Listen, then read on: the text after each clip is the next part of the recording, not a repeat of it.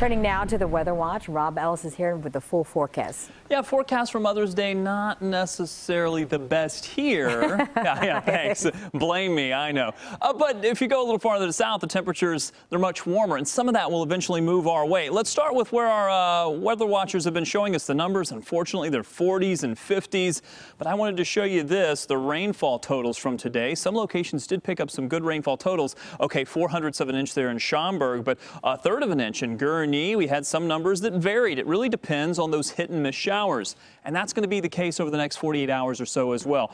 Boy, look at this front. Look at this temperature map. Incredible how we have 48 in Chicago. A little bit of that is lake effect here. A little bit of influence of the lake really cooling us down. But you go to St. Louis and it's 89, and that is the front. And as long as this front sits here, it'll meander a little bit.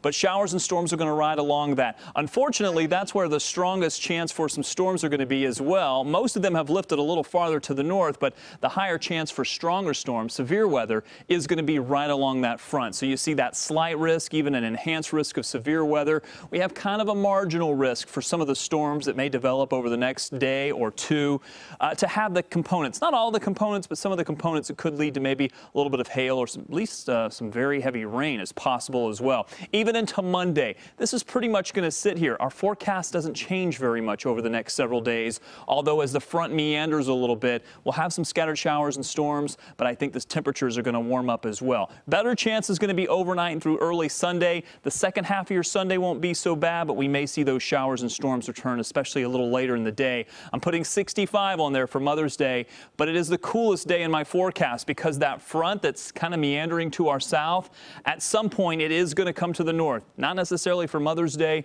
but give it another day or so and we'll see some of that surge to the north and we'll get those temperatures into the 70s. So overnight tonight we go down to 49. A few scattered thunderstorms are going to be there, and watch for any isolated flash flooding that may occur, especially if you get some of those heavier rain downpours. Temperatures tomorrow only 65, but look at the 7-day forecast. Now there's some good news here and some bad news here. The good news here, if you just look at the numbers, they're into the 70s for the most part.